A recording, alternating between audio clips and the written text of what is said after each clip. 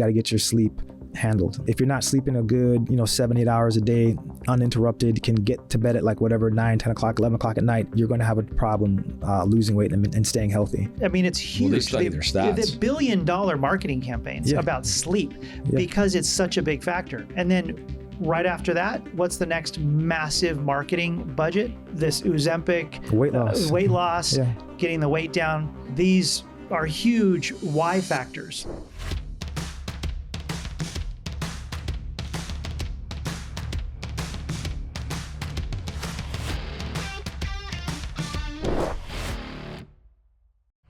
Welcome back to the 8th Gear Podcast. Sabran Walker and Joe Faraci. Today we have a fantastic show for you. So great you're here. Dr. Richard Wallace. He graduated from Meharry University over there in the Nashville area in Tennessee. And he born Kingston, Jamaica. Florida resident, went out there for school, came back to us here in Florida, in the Tampa Bay area. Great to have you with us. Thanks for having me, guys. Love Jamaica, by the way. Yeah, Jamaica's a great spot. Shout out to Jamaica. Of course. Yeah, you probably visit more than me, Well, you're such a busy guy. Yeah, I've been really busy, since I did college at USF in Tampa, and then I went to Meharry up in Nashville. And when I came back to Clearwater, I feel like I've been working 24/7, haven't really stopped. So came back in 2000 and actually started working here at Morton Plant right down the street. Did my residency there, ended up doing sports med at Bayfront in St. Pete, did that for a year. And then technically I'm actually a family medicine / sports medicine doc. And then so I was doing that for a while, but then when I was doing my fellowship, actually, I would moonlight at urgent care centers for Bayfront Medical Center at the time. And I loved it. And so that was what made me kind of like the urgent care game for a couple reasons. A lot of variety. Like when you do urgent care, you see a lot of variety. It's never the same thing. You're never bored. Back in the day, we had paper charts. You would walk up to the door, take the chart off the rack, and it was just like, pick a prize. You didn't know what you're walking into. It could be literally anything. And so you couldn't like preemptively look stuff up because, now you have a computer that tells you what the person is there for. Literally, you walk up to the door, you take the chart off, and then that's the first time you see what the person has. And you walk in, you got 20 minutes to figure it out. Wow. And have a solution for it. So I love that game. That game was a fun game for me. And then I ended up liking that a little bit more than sports med at the time, just because sports med, when I was doing the fellowship, was very redundant. You see the same thing over and over, and it's a sports injury. So knees and elbows. Elbows, shoulders. You can only put on so many casts. You can only do so many injections. Yeah. And then after a while, the real reason was I didn't like doing call, and I didn't like being away from just being committed to be somewhere in the evening when I wanted to like have my free time. And I remember one time I met this guy. His daughter had like a state champ soccer game or something. We're at the sidelines. We were actually covering one of the ACC champ games, football games. And then, we're watching guys run and beat each other up playing football. This is where the Tampa Bay Buccaneers play football, just when he says Ray J. So we're at the Ray J watching this ACC champ game. It was a good game and great game, but he's missing his kid play, because he has to cover this game. And I was like, okay, I don't know if I want to do this for the rest of my life, So I kind of decided that the game was going to be, I like the urgent care game. But would you consider yourself to be an unconventional doctor? I think a little bit, yeah. Like I think I do a little bit of everything. I think I'm old school, like the old general practitioner who can do a little bit of everything. Okay. That's kind of the vibe I have, where I'll see. Technically it's an urgent care center, but at the same time I do everything. Like I see and treat from babies up to geriatrics and everything in between. So it's like, I'm a jack of all trades, So I will say that, like, I go to Dr. Wallace. That's how we met. And then my baby, who's 2.5, went to Dr. Wallace. So it's across the spectrum, and I tell you, when I lived in California, I looked for a doctor that could just be the family doctor. Now, I know you're an urgent care doctor. You run that whole building, but he's there to see any situation. And when I was in California, I could not find a doctor that would deal with you that way. I was so pleasantly surprised to run into his practice because it says urgent care on the building, right? But you will take care of the whole family. But there seems to be like this like spectrum of medical conventional doctors. And then, we had a guest who was an expert in the arena of holistic health. What's your viewpoint on that? Like, do you sort of merge the two, or you just kind of believe in if you look at the body, you can kind of divide it up into different specialties, right? Different systems. So like you have your cardiologist, you have your, the guy who deals with the heart, you have your pulmonologist, the guy who deals with the lung, you have your nephrologist, the guy that deals with the kidneys, and you have all these different specialists that people go to for specific reasons. And then you have your general practitioners, your internal medicine or your family medicine doc, who are kind of like the guys who are kind of overseeing everything and kind of, telling people, okay, great, you have a problem with your heart, now you need to go see a cardiologist. I think a lot of people don't realize that you kind of have to be, as a general practitioner, you kind of like, you're in essence a holistic doc. You're looking at the entire picture. It's not just one body part. Like some people will say, well, my cardiologist is my primary care doctor.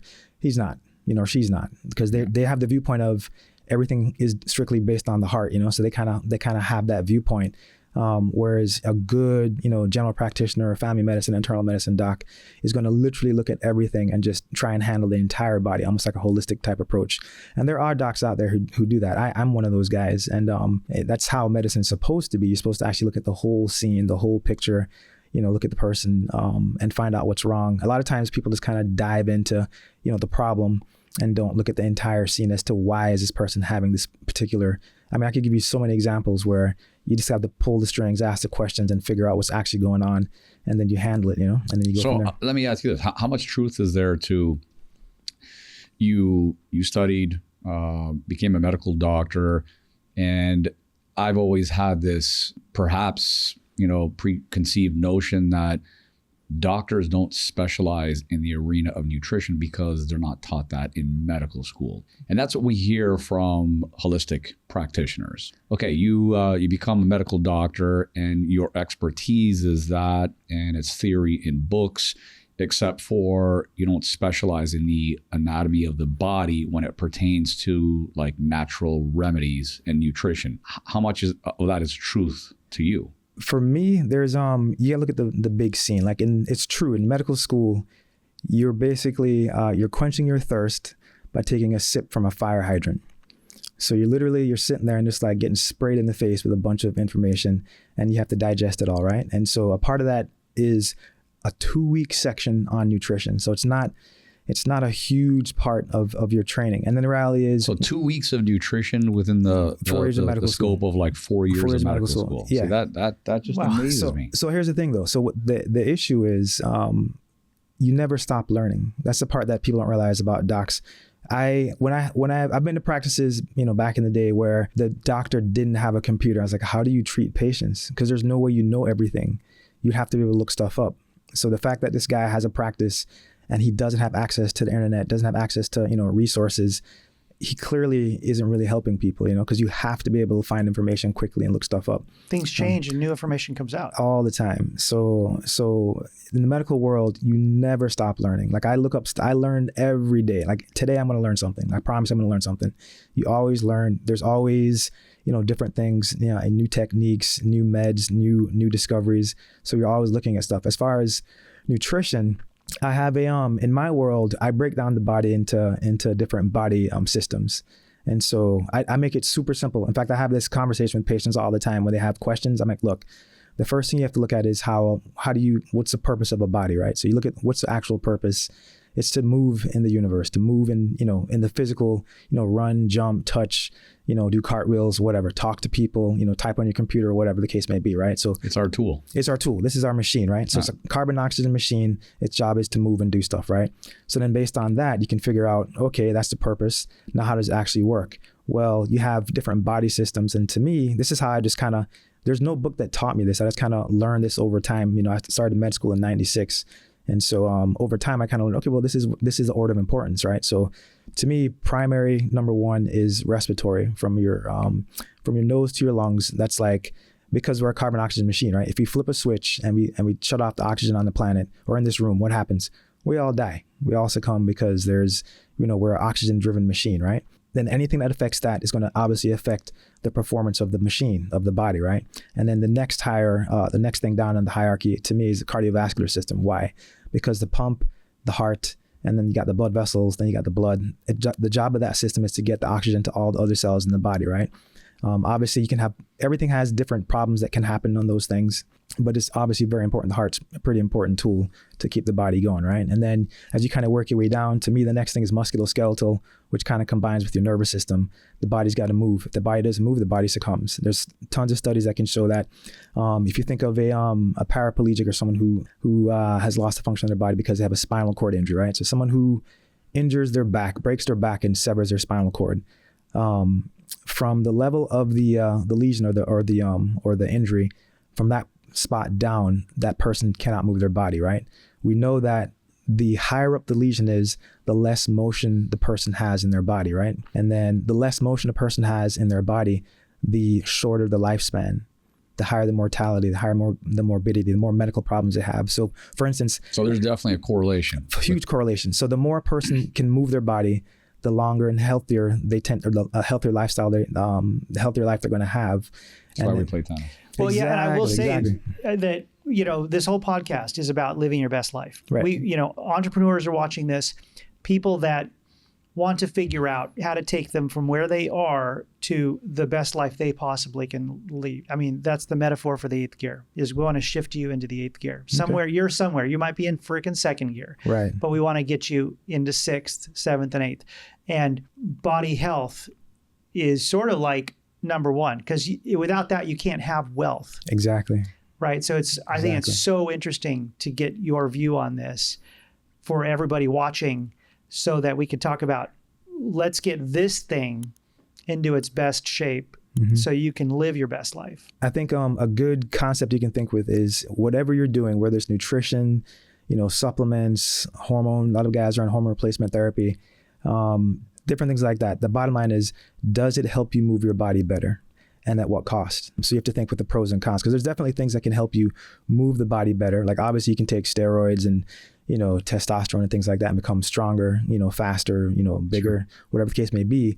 But what's the exchange? What's the risk? What are you actually doing? So, well, and I think, to that point, right, I think the average person is sort of exterior to the inner workings of the body. Some might take steroids thinking that's the way and the means to be able to get there. Testosterone. I mean, there's a lot of variety out there, and I don't think the education is necessarily there. What are the basic things that one can do? Because, aside from medical practice, there's so much information with regards to the body and, hey, let's take this supplementation.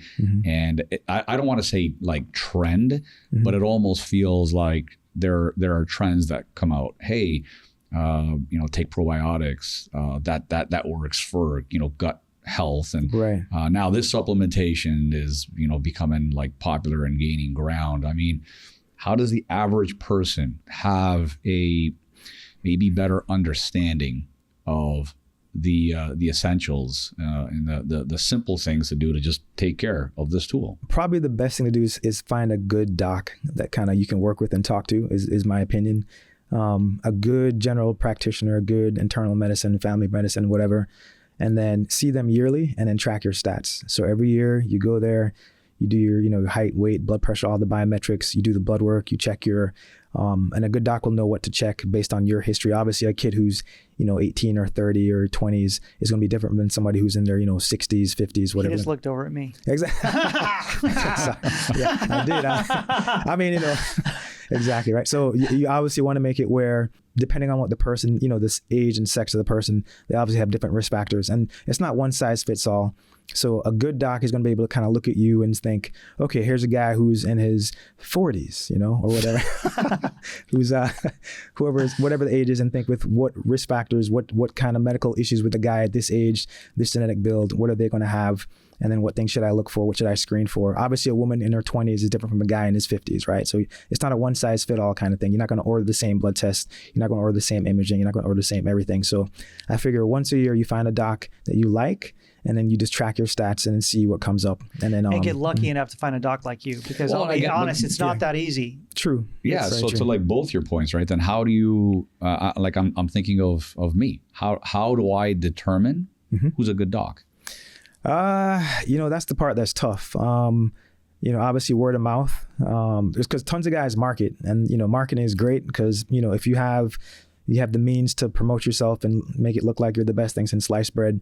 A lot of people get business that way because they have great marketing. Do they actually know what they do? Not necessarily. I think the biggest thing is finding a product. You want to find a doc who has patients who give you referrals. So like, to me, it's just patient referrals are probably the best. You say, hey, who do you guys use? Who's your doc? Who do you go to? It's probably the best way to find the right person, in my opinion. I mean, there's obviously other ways to do it, but if you saw somebody and you got a product from the guy, then you're going to refer him to somebody else. Is your body healthier? Are you actually healthy? Not because he's telling you, but are your stats, stats don't lie, objective stats. Are you, if you see a healthy person, you're like, who are you going to? Right. What are you doing to handle your body? How do you handle your situation? Yeah. What are you actually doing? And then a good doc, the goal is to not see the person every week. I mean, that's what I lose patients all the time because when I see them the first time, we see what's wrong and we kind of see, okay, great. Here's a guy, his body mass index is, 33 or 32. And then that's your weight to height ratio in case nobody knows. So he's, example, the guy would be like 5'10", 5'11", 230, 240 pounds. He's overweight, has hypertension, high cholesterol, pre-diabetic, is like 40 years old, your standard American, right? So that's what they're looking like. Right? Yeah, exactly. Yeah. So that's what they look like. And then, okay, great. What do you need to do? Well, the guy doesn't want to be on meds for the rest of his life. A lot of people think medications are something that you take for the rest of your life. In my opinion, medications are basically a Band-Aid. It's something to handle the bleeding right now, but it doesn't fix the artery that's bleeding. You gotta look at the entire problem and what do I need to do to actually make it where I don't need Band-Aids anymore, right? Mm-hmm. So for instance, the most common reason in our country why people have to take all these meds is because we're overweight. I mean, that's the simplicity of it. Most of the patients I see that are on blood pressure, cholesterol, diabetes medications, like 90% of the patients that I see, it's because their body is too big. I mean, it's just that simple. And there's different variations of it. Obviously, some people are, have more weight to lose than others, but when they really understand that and they get that concept, okay, great. My body's too big for my pancreas, or my body's too big for my heart. My body's too big for my blah, and they're like, okay, I get it. Okay, great. So then you're 240 pounds, you're 5'11", you should be about 190, And so we think with that. And then how do you want to get there? How do you want to get to that 190? And they go, okay, well, great. I want to try this. Or a lot of people, not everyone wants to do weight loss drugs, which is totally fine. But then once they see and they can confront it, they actually start doing things to improve. And then within like a year or so, their body's healthier. They're not taking the meds. And then I'm like, okay, product, slap them on the butt. I never see them again. And the only time I'll hear from them is if they're like, hey, my blood pressure is starting to creep up. I'm like, what's your weight? And they're like, oh, I'm whatever. I've gained 20 pounds. Lose 20 pounds, your blood pressure will be fine. You don't need drugs. Okay, I want to talk about this because just to name it, because I think it's such a huge topic right now. Like the brands Ozempic, and they call them, what's the technical way they're called GLP-1 agonist.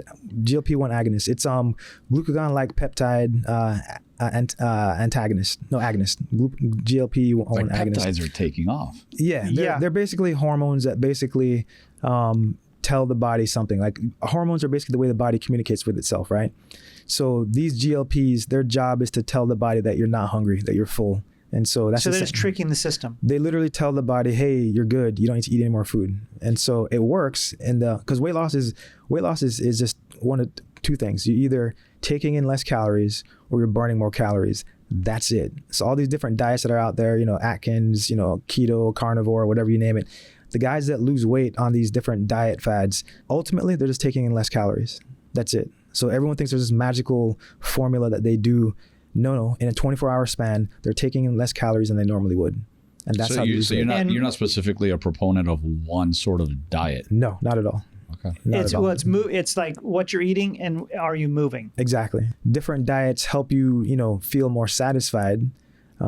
Fats actually are good in making you feel full. Fats and proteins, and then carbs are kind of. You tend to crave more carbs if you're only having carbs. So people that have high carb diets tend to eat more and more and more carbs. And then also a big thing is I always tell people when they want to lose weight, I had this conversation 3 times yesterday. The first thing I talk about is you got to get your sleep handled. Like whatever issue you're having with sleep, if you're not sleeping a good, 7-8 hours a day uninterrupted, can get to bed at like whatever 9, 10 o'clock, 11 o'clock at night and sleep a solid 8 hours plus or minus. Everyone's a little bit different. If you can't do that, you're going to have a problem losing weight and staying healthy. And if they're like, interesting. if they're yeah, it's by you know what's so, because I'm a marketing guy, and it's what you're saying is so interesting to me, because it's such these sort of whys in life, because it's from a marketing perspective, it's so big, because the mattress companies, the sleep number company, the marketing, they crush. Are you sleeping well? Right. It's it's huge. Well, they study their stats. The $1 billion marketing campaigns about sleep, because it's such a big factor. And then right after that, what's the next massive marketing budget? This Ozempic, weight loss, getting the weight down. And then of course we don't have to talk about the size of the marketing of like drugs and big pharma and all that, but these are huge why factors, like underneath the problem. And it's not as convoluted as we make it seem, right? It should be pretty simplistic. Like, all right, this is like the body's made to be so complex, right? That for some people, confronting that is just like way out. Yeah, they just make it super complex, and it's not. It's actually a simple machine. It needs some basic things, to be done well. Otherwise, it doesn't function properly. And I always tell people, by far, sleep is number one. So if someone, here's the reality. Most women, when they have kids, they tend to put on weight, right? Why? They're not sleeping. They have this baby. The baby requires their attention, and so for the first, I would say a year or two, sometimes 3 years, when the child is like, the mom is like the child's universe, right? So the mom is always around this kid 24/7, doing everything for the kid, is literally like, just the slave to this child. That's the trade-off. The trade-off is, it's harder for them to take care of their bodies because they're so sleep deprived. But once a kid gets into a routine where they're sleeping and the sleep isn't as interrupted, maybe now it's only once or twice a week where the kid comes into the bedroom and wakes the mom up or whatever, they can kind of get back to their routine and actually get fit again. So that's what you see a lot. Like a lot of times I have women who, they have their child. Before the kid, they were, 5 foot something, 130, 140 pounds. After they have the kid, they're now 170, 80 pounds. And it's hard for them to get that weight off. Why? Because the child is literally waking them up for the next 2 years of their life.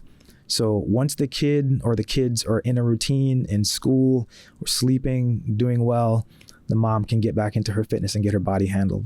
That's what I see. Sounds like sleep deprivation is sort of what clouds someone's judgment, right? On how they should be caring for themselves. Yeah. I don't know if you ever noticed, if you ever have a night where you don't sleep well, the next day, what happens? You crave carbs. You don't eat well. You crave carbs. Exactly. You will crave every bad thing you can think of. Good point. Yeah. Wow. You'll I remember in the hospital, they'd have in the doctor's lounge, they always had like a big old center where they have in the doctor's lounge, they have like cookies and donuts and like every carb thing you can think of. In a hospital. Because in the doctor's lounge, because you know what's funny? And they had good food. So they have like good, healthy, your proteins and, your meats, your veggies. You go straight by that, straight to the donut, because you need the energy fast. You're just like, okay, literally haven't slept all night. And then now you're supposed to work and see patients.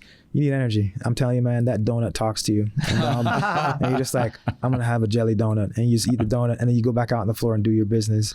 And then, but because you need quick energy. Carbs are definitely quick energy. You burn through those really fast. And then, so next thing you know, instead of having your typical 2,000 calorie day, the next day after you've had no sleep, you're going to eat like 3,000, 4,000 calories. Like it's easy. And then you do that for a week or two. Guess what? You just put on 3 or 4 pounds. You didn't even realize it.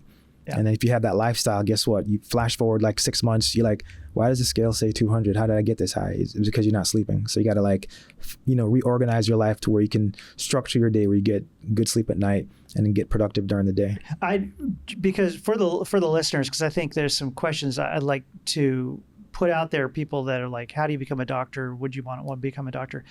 Where did it start for you, the idea to become a doctor?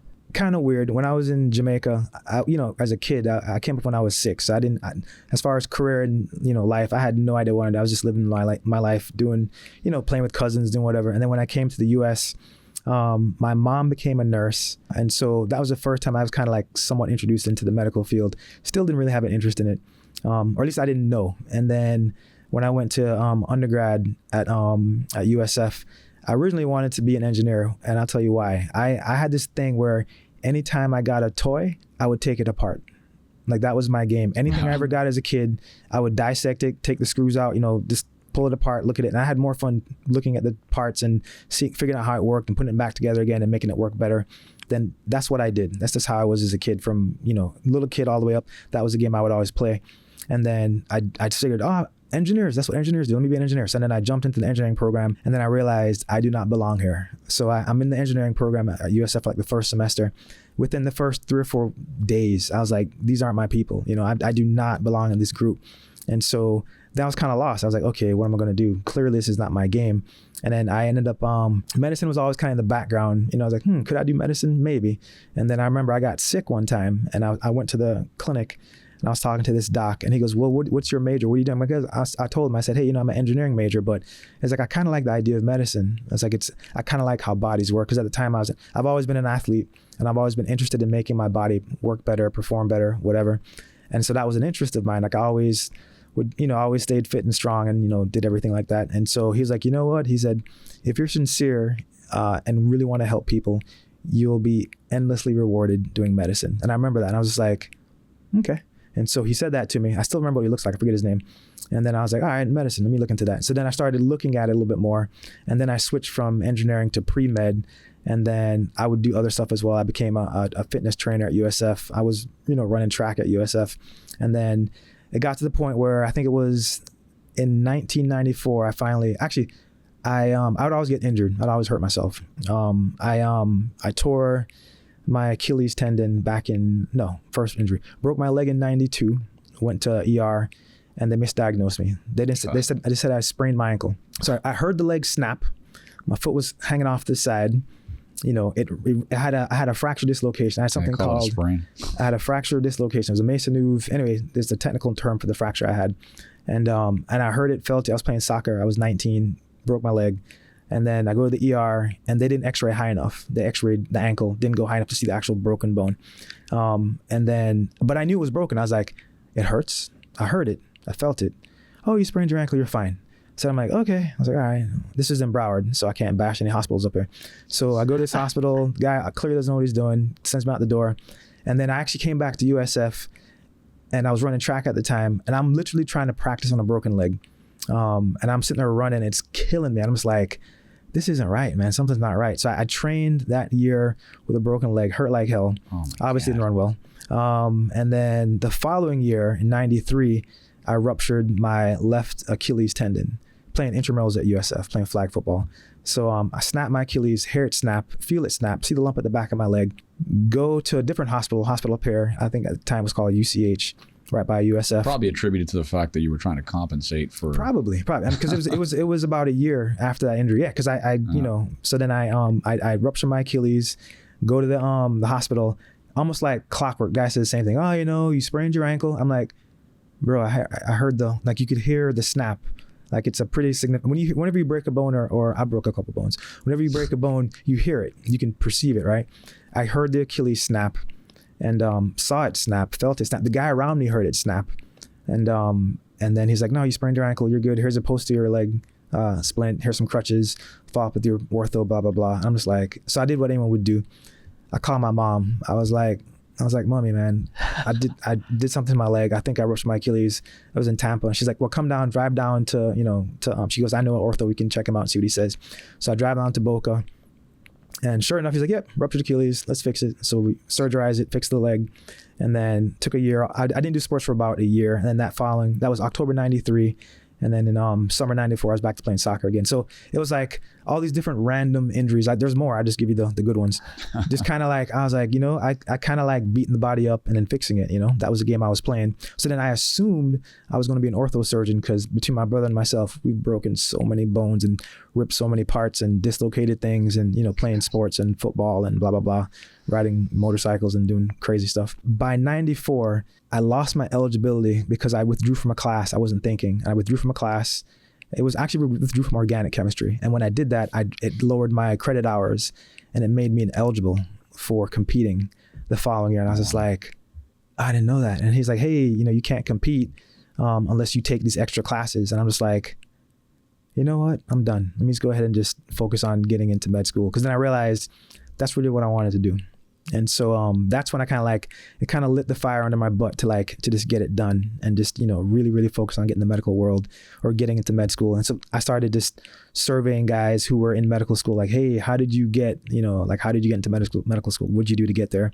And so I'd met a few guys who were, the next level ahead of me. And I just talked to them like, hey, how'd you do it? What mistakes did you make? What would you do differently? What would you, how would you improve? Or if you could change, if you could go back in time and do something differently, what would you do to get to where you're at right now?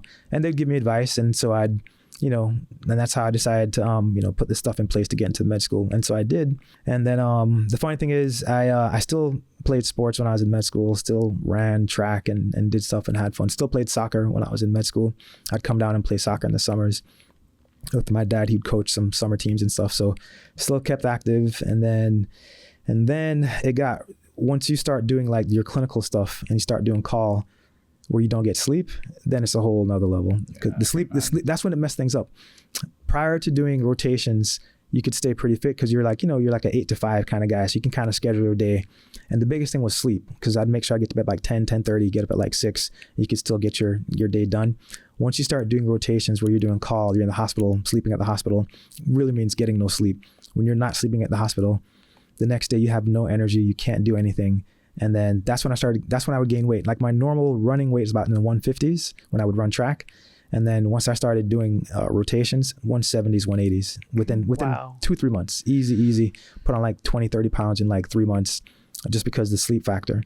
And like we do rotations where you have to do night shifts where you work from 7 p.m. to 7 a.m. Easy 10 pounds, like within a month. Wow. Yeah, it was terrible. Yeah. Well, I know I have a slew of questions, and I know Go we for have it. Shoot. Mm-hmm. limited time, but man, because I have a fascination for my two big things are becoming financially literate and health, and I feel like those are the two subjects that aren't given enough attention in school. Like I think every young kid should be taught more in and around the arena of like health, right, and then business and finance. And I feel like we're left to sort of discover and educate ourselves as we get older. Like things happen to us, and we're trying to like backtrack and figure out, all right, how do we get to a place of optimum health, right? I know I experienced digestive issues years ago, and I sort of went into savage mode, like I'm going to do everything I can to understand what causes to begin with. And I studied like your gut, the microbiome, and how essential that was to health. And I went onto the carnivore diet, coming from like the conventional, medical space, right?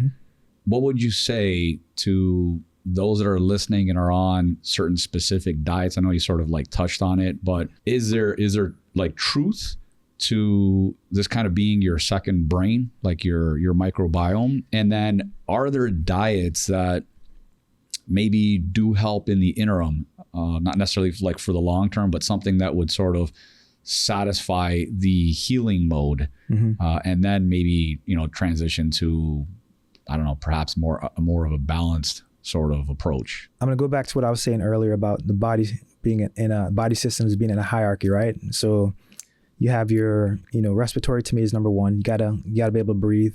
Cardiovascular is number two. Got to have the heart working well, the blood vessels working well. You have to have the right consistency of blood.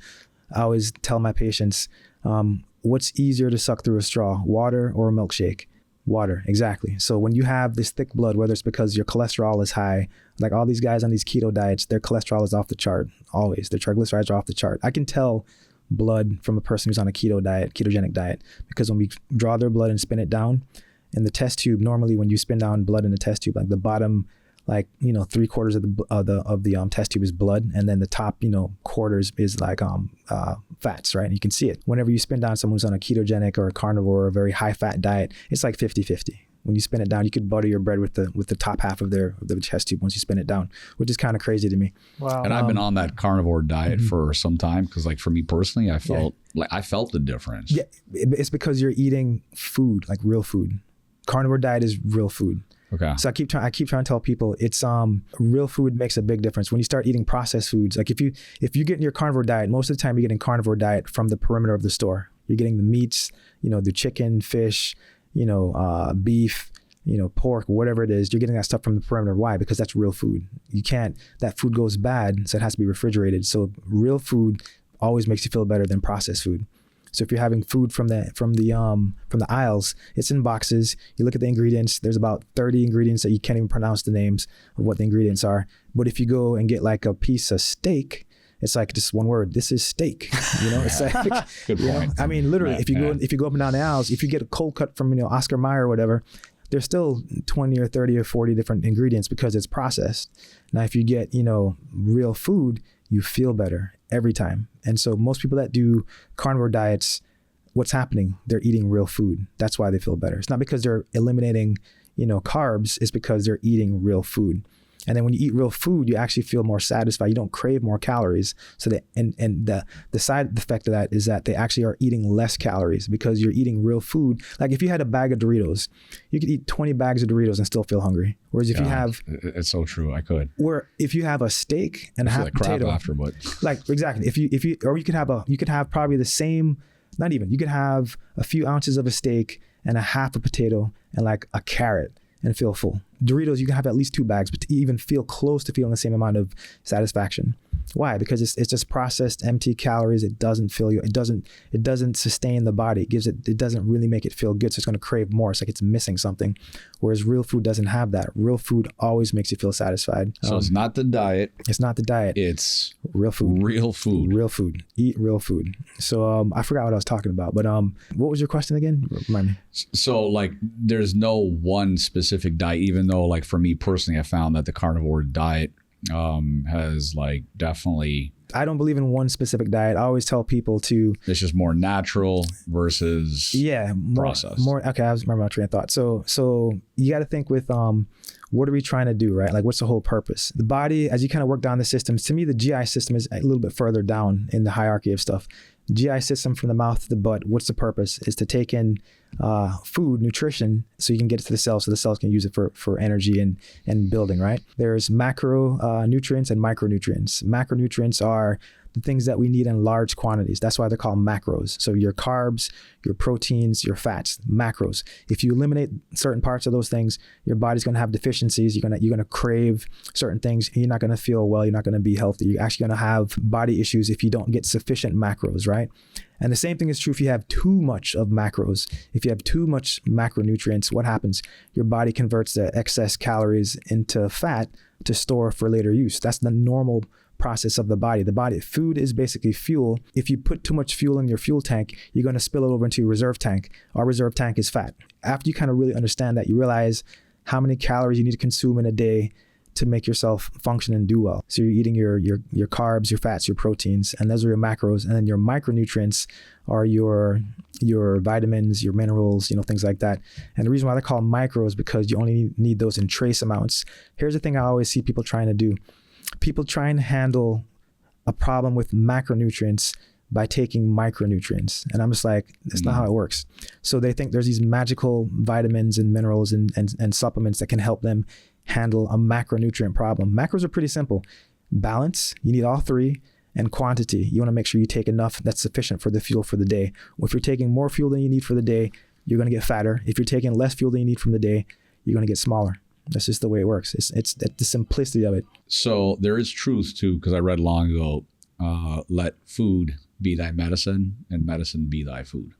Yes, 100%. Pretty accurate statement. I totally agree with that. And then you can definitely use nutrition to kind of help handle certain body ailments. I mean, we could go into details, but there's definitely some, there's obviously some deficiencies a person can create that can lead to certain medical issues that can create a problem. There's also excess that can create problems as well. What I tend to see in my practice, I'll see on both sides. Like I'll see people who have deficiencies and people who have excess in certain vitamins that are actually creating a problem. Like I never saw that before, but here in Clearwater, I have people who come in and have, they have a body issue, and then you pull the strings, you realize they have like a vitamin detoxicity or something. Like they're taking too much of a certain vitamin. It's actually creating a lot of problems. So the guys who I see who have bags of supplements that they're taking, I know they're not optimized. Like I already know that their bodies aren't doing well. Just from the fact that they're taking mega doses of micronutrients, I'm like, okay, your body's not doing well. I already know that.